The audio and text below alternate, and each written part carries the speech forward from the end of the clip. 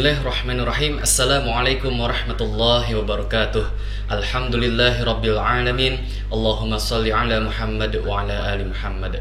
Pemirsa, salam jumpa kembali di program Kabar Petang Khilafah News edisi Jumat 19 November 2021. Seperti biasa, kami akan menemani Anda membahas dan menelaah peristiwa paling menarik hari ini bersama narasumber yang berkompeten dan tentu dari sudut pandang Islam. Bersama saya Muhammad Fadilah Abdussalam, inilah Kabar Petang selengkapnya.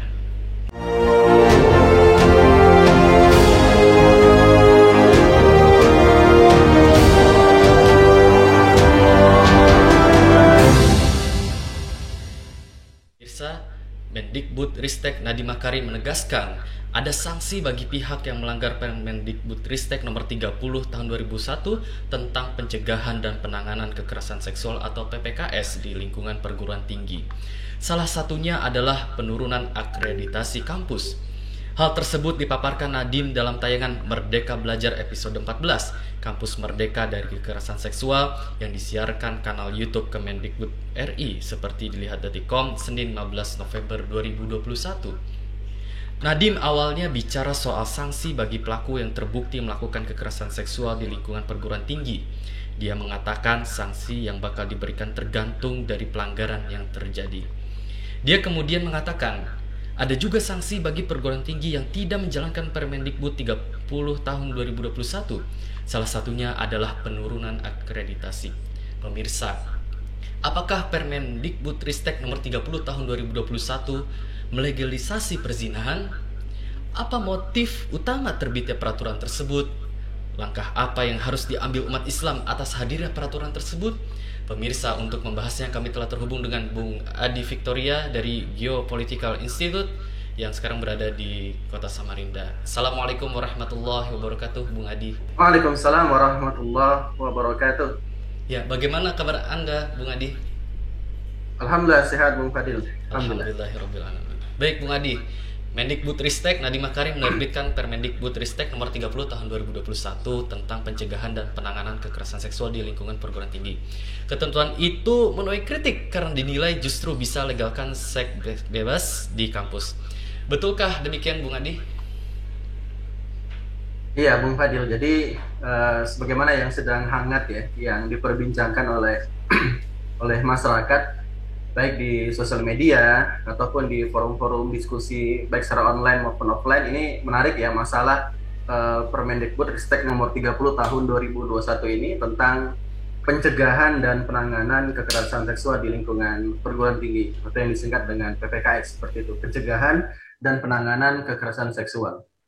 Nah, kita tahu bahwa alasan kenapa kemudian Permendikbud ini dikeluarkan ini karena didasari banyaknya laporan ya. Laporan atas tindak pelecehan seksual yang dilakukan para dosen, pegawai, bahkan kemudian pejabat di kampus terhadap para mahasiswa, seperti itu. Nah, yang kemudian Permen PPKS ini mendapat lumayan mendapat banyak dukungan seperti itu, termasuk dari kalangan misal dari Menteri Agama Yakut ya. Namun pula harus dipahami, selain ada yang setuju terkait dengan permen tadi, namun juga banyak kritikan ya. Banyak sekali kritikan dari masyarakat perihal keluarnya permen PPKS ini. Kenapa? Karena dianggap kemudian permen PPKS ini sama dengan melegalkan aktivitas seks bebas atau perzinahan ya di lingkungan kampus. Maka kemudian inilah yang dikritik oleh banyak kalangan seperti itu. Bagi yang kemudian datang dari masyarakat umum, datang dari tokoh masyarakat, ulama, ya, dari MUI hingga kemudian anggota Dewan DPR sampai kemudian DPR. Dia kemudian mengkritik, memberikan masukan terkait dengan permen PPKS tadi itu. Misalnya kita lihat masukan ya dari Sekjen MUI, Bapak Amir Tambunan, ketika melakukan istimewa ulama Komisi Fatwa MUI kemarin di Jakarta yang ke-7, itu meminta kemudian agar Permendikbud ini dicabut ya. Dievaluasi atau direvisi seperti itu masukan dari MUI. Yeah.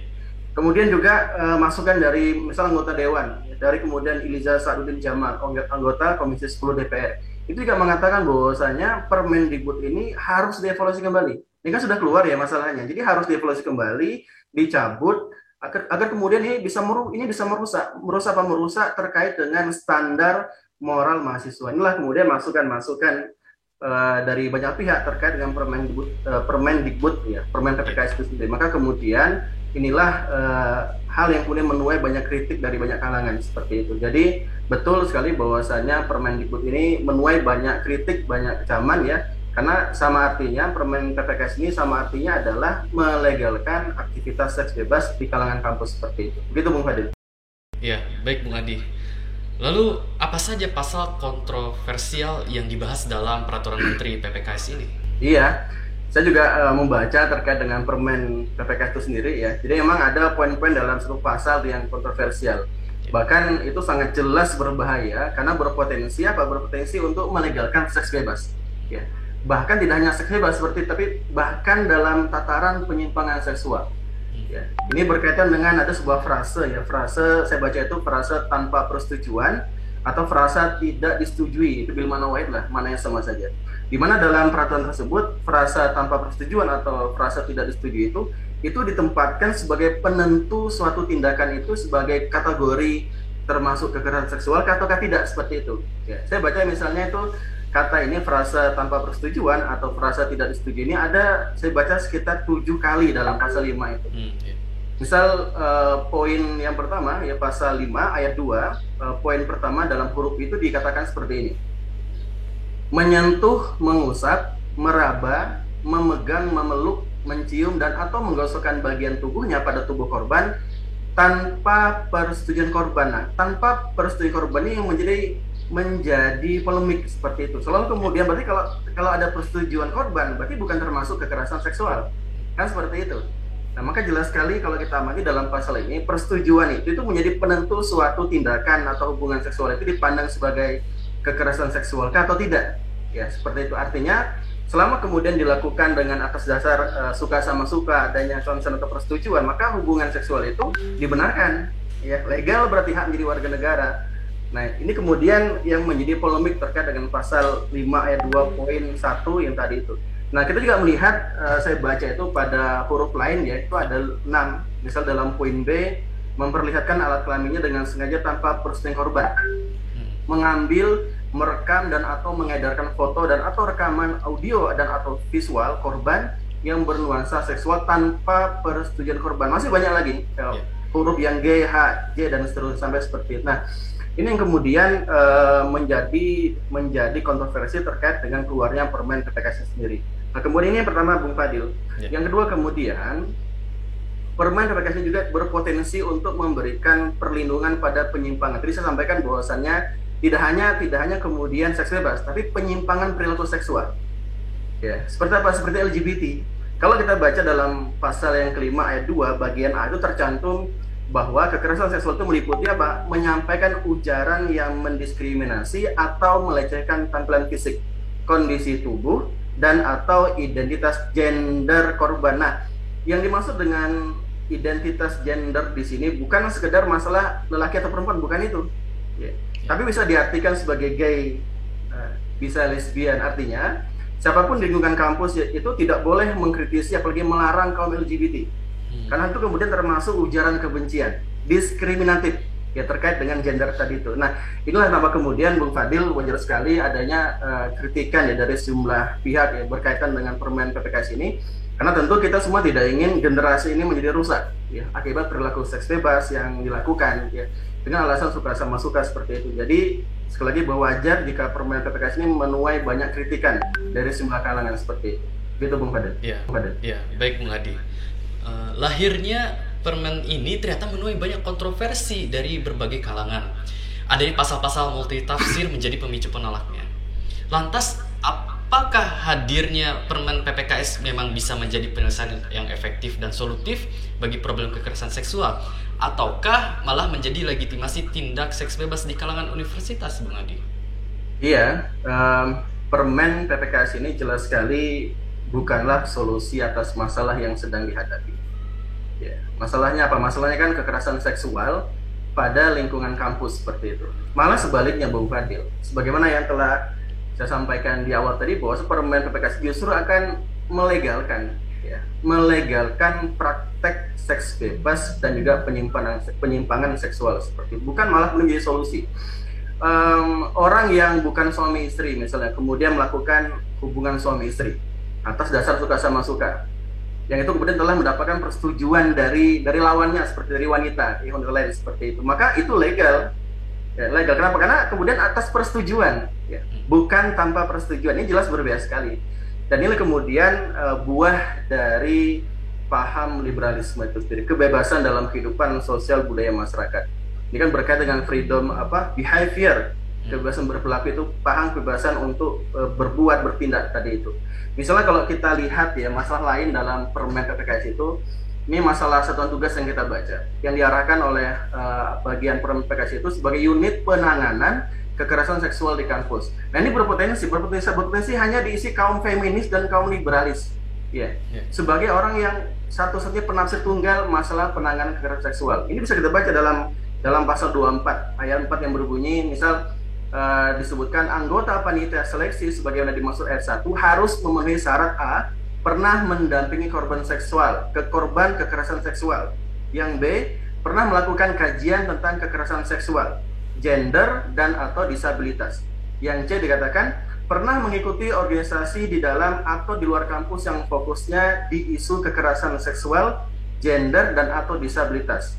Dan atau yang D, tidak pernah terbukti melakukan kekerasan termasuk kekerasan seksual. Nah, pasal ini berpotensi menutup pihak lain seperti kelompok-kelompok Islam yang punya pandangan yang berbeda secara diametral dengan kaum feminis dan liberalis untuk menangani masalah kekerasan seksual.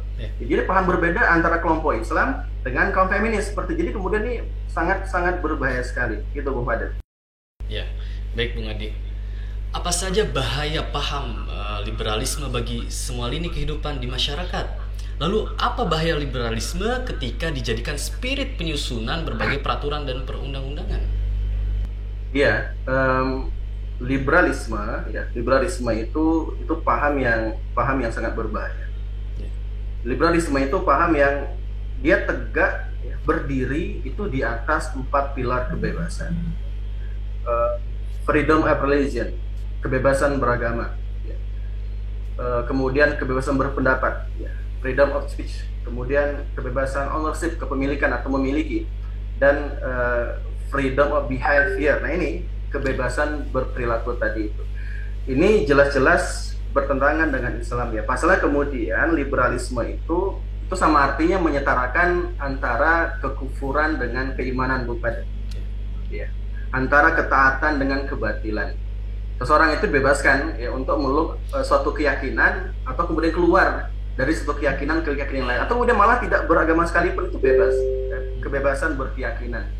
Intinya kemudian bahwa liberalisme ini adalah setiap individu itu harus diberikan kebebasan untuk apa? Untuk kemudian melakukan kegiatan-kegiatan tanpa ada intervensi dan campur tangan negara. Ya. Kan sebenarnya kalau kita berbicara liberalisme itu ini berkaitan dengan ekonomi dan politik yang itu meminimalkan atau menghilangkan sama sekali terkait dengan peran negara. Nah, saat kemudian paham liberalisme ini dijadikan spirit gitu, sebagaimana yang ditanyakan tadi, untuk menyusun terkait dengan berbagai peraturan, perundang-undangan, maka jelasnya tidak akan memberikan solusi di seluruh aspek kehidupan berbangsa dan bermasyarakat bernegara. Ya. Kenapa? Karena masing-masing orang itu akan memiliki pandangan yang berbeda tentang kebebasan itu sendiri. Tidak ada peran negara sama sekali masuk di dalamnya. Ya. Dalam masalah kehidupan sosial yang sedang marak misalnya, masalah pergaulan, ya.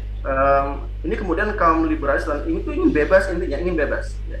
Melakukan kehidupan seks bebas dan lainnya. Intinya bukan suatu dikatakan kejahatan seksual selama itu adalah persetujuan ya, dari pihak lain. Contoh tadi itu seperti itu. Maka menjadikan consent atau persetujuan ini adalah sebagai penentu kebolehan yang itu sangat diinginkan oleh kaum liberal yang sesat tadi itu. Mengapa kemudian ini menjadi penting bagi mereka? Alasannya adalah menurut kaum liberalis karena tidak ada yang boleh menjadi polisi moral, Bu Fadil. Tidak boleh ada yang bisa menjadi polisi moral. Bahkan negara pun tidak bisa untuk mengatur urusan pribadi tadi itu.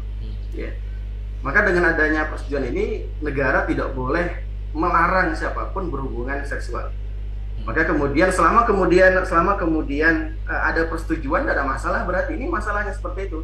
Inilah bahayanya terkait dengan ketika liberalisme itu menjadi prinsip ya terkait dengan pembuatan undang-undang tadi itu. Gitu Bung Fadil. Iya. Baik Bung Adi, terakhir Apa tindakan tegas dan solusi integral untuk mengubah kerusakan moral dan kekerasan seksual saat ini? Langkah apa yang harus diambil umat Islam atas hadirnya Permendikbudristek nomor 30 tahun 2021 tersebut? Iya, sebelumnya banyak tuduhan ya. Jadi ketika misal kaum muslimin khususnya menolak terkait dengan Permendikbud tadi itu, seolah kemudian kaum muslimin ini atau ada organisasi yang kemudian itu seolah setuju dilegalkannya seks bebas. Bukan seperti itu, padahal bahkan kemudian ya ketidaksetujuan kita terkait dengan Permendikbud itu adalah karena itu akan sangat berpotensi untuk melegalkan seks bebas. Jadi bukan malah memberikan solusi, malah menambah masalah seperti itu. Nah, solusinya sebenarnya seperti apa? Maka solusinya adalah kembali kepada Islam. Ya, kembali kepada Islam, kembali kepada syariat Islam. Ya, karena syariat Islam itu mengatur seluruh aspek ya kehidupan manusia, baik secara individu, bermasyarakat, berbangsa dan bernegara. Inilah kemudian kesempurnaan Islam yang itu tidak dimiliki oleh agama selain agama Islam. Karena Islam adalah agama sekaligus mabda atau ideologi. Ya. Dan syariat Islam kan dikatakan tadi kembali kepada syariat Islam karena syariat Islam itu mengatur seluruh aspek hubungan manusia, yang mengatur hubungan manusia dengan penciptanya dalam masalah akidah dan ibadah, yang mengatur hubungan manusia dengan dirinya sendiri dalam masalah akhlak, pakaian, makanan dan minuman. Dan syariat Islam yang mengatur hubungan manusia dengan sesamanya dalam masalah apa? Dalam masalah muamalah dan ukubat. Terkait dengan kasus yang sedang terjadi, misalnya masalah tindak pelecehan seksual, kasus pemerkosaan terhadap wanita atau mahasiswa seperti itu. Nah, Islam itu jelas mempunyai solusi. Islam akan menjatuhkan sanksi bagi pelaku sesuai dengan syariat Islam. Ya. Jika kemudian misal pria pelakunya itu belum menikah, ya, belum menikah atau ghairu muhsan, maka jelas secara syariat itu akan dicambuk 100 kali. Kalau pelakunya telah menikah, pria ini, maka kemudian apa? Yang muhsan ini dia akan dirajam, dirajam ya sampai mati seperti itu. Ini sebagaimana kemudian Allah Subhanahu wa taala sampaikan di dalam Al-Qur'an, azaniyatu wazani fajlidu kulla wahidin minhuma mi'ata jaldatin. Penzina wanita dan penzina laki-laki yang berzina, cambuklah masing-masing dari keduanya 100 kali cambukan. Nah, timbul pertanyaan, itu kan untuk pelakunya seperti itu. Bagaimana dengan korban? Korban, apakah dihukum juga? Tidak. Nah, Islam kemudian jelas, ketika seorang itu menjadi korban karena dipaksa, maka dia terbebas dari sanksi dalam syariat Islam. Dibebaskan. Kecuali kedua-duanya dan melakukan suka sama suka, jelas. Ya, suka sama suka, maka akan diberikan sanksi. Seperti itu. Ini sebagaimana sabda Rasulullah sallallahu alaihi wasallam, "Innallaha tajawaza li an ummati akhta'a wa nisyana wa mastakhruha alaihi." Ya. Sungguh Allah memaafkan umatku karena tidak sengaja, ya, tidak sengaja berbuat kesalahan seperti itu. Kemudian nisyan, lupa, wa mastakhrihu alaihi, dan juga dipaksa, ya, kepada itu dipaksa. Nah, orang yang wanita ini dia kan dipaksa nih, berarti dia bebas seperti itu. Ya. Kemudian bagaimana solusi Islam terkait dengan misal perabaan, nah kemudian rayuan dan sebagainya, Islam juga memberikan sanksi. Jadi misal anggaplah nih dosen ya atau siapapun itu kemudian meraba, memberikan ujaran kata-kata kotor, merayu dan sebagainya, Islam juga memberikan sanksi berupa takzir. Ya, yang itu akan diputuskan oleh qadhi di dalam pengadilan dalam Islam. Ini dijelaskan oleh Syekh Abdurrahman Al-Maliki dalam kitabnya Dijambul Uqubat seperti itu. Bahkan kemudian orang yang mencoba tadi itu ya, ingin melakukan perbuatan zina, kata Syekh tadi itu, tapi tidak jadi gitu, tetap diberikan sanksi berupa penjara 3 tahun dan hukuman cambuk. Nah, sampai seperti itu. Itulah kemudian bentuk penjagaan Islam terkait dengan segala macam bentuk masalah ijtimaiyah, pergaulan. Jadi akan memutus segala macam bentuk kejahatan seksual yang menimpa kaum wanita, khususnya para mahasiswa tadi itu, seperti itu. Nah, maka intinya adalah kita kembali kepada syariat Islam. Islam sebagai solusi di dalam seluruh aspek kehidupan kita. Karena ketika syariah Islam itu diterapkan, maka pasti ada maslahat di dalamnya. Kaidah syara menyebutkan haitsu ma yakunu syar'u takunul masalah. Di mana ada syariah, pasti di situ ada kemaslahatan. Maka kemudian Bung Fadil, sikap kita sebagai umat Islam itu wajib menolak permen PPKS ini. Karena sangat berbahaya dan berpotensi melegalkan praktek seks bebas, dan tidak hanya seks bebas, bahkan bisa melegalkan masalah penyimpangan seksual. Dan juga yang kedua adalah kita juga harus menyuarakan, menyampaikan kepada umat terkait dengan solusinya adalah kembali kepada Islam, kembali kepada syariat Islam seperti itu. Allahu a'lam bishawab. Iya. Baik, terima kasih Bung Adi Victoria dari Geopolitical Institute yang telah bergabung pada program Kabar Petang kali ini.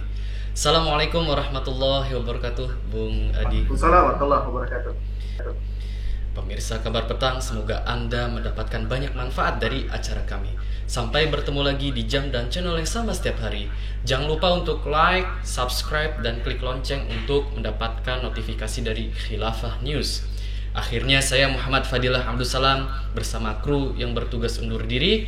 Tetap sehat, tetap semangat, dan tetap taat. Wassalamualaikum warahmatullahi wabarakatuh.